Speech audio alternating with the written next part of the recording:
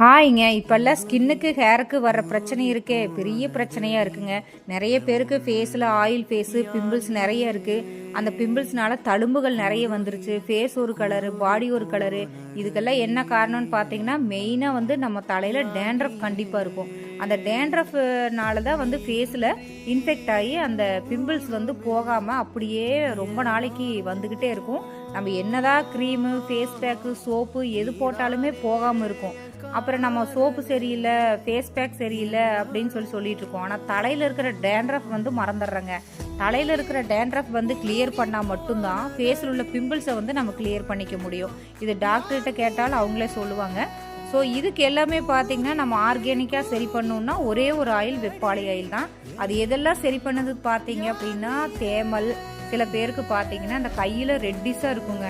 அப்புறம் சொரியாசிஸ்ங்க, கையில் காலில் அந்த மாதிரி உடம்பு பூரா சில பேருக்கு இருக்கும். இன்னும் சில பேருக்கு புள்ளி புள்ளியாக உடம்பு முழுக்க அந்த ரெட்டிஸாக இருக்குங்க.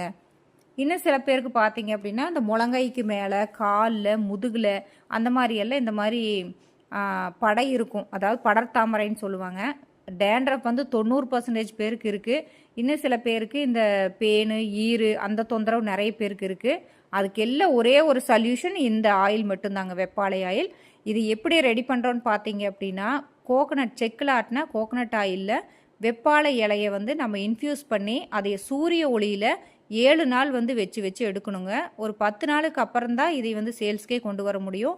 நம்ம ஆயில் வந்து நிறைய இலைகள் போட்டு நம்ம செய்யறனால எவ்வளோ திக்காக இருக்குன்னு பாருங்கள். டார்க் பர்பிள் கலரில் இருக்குங்க.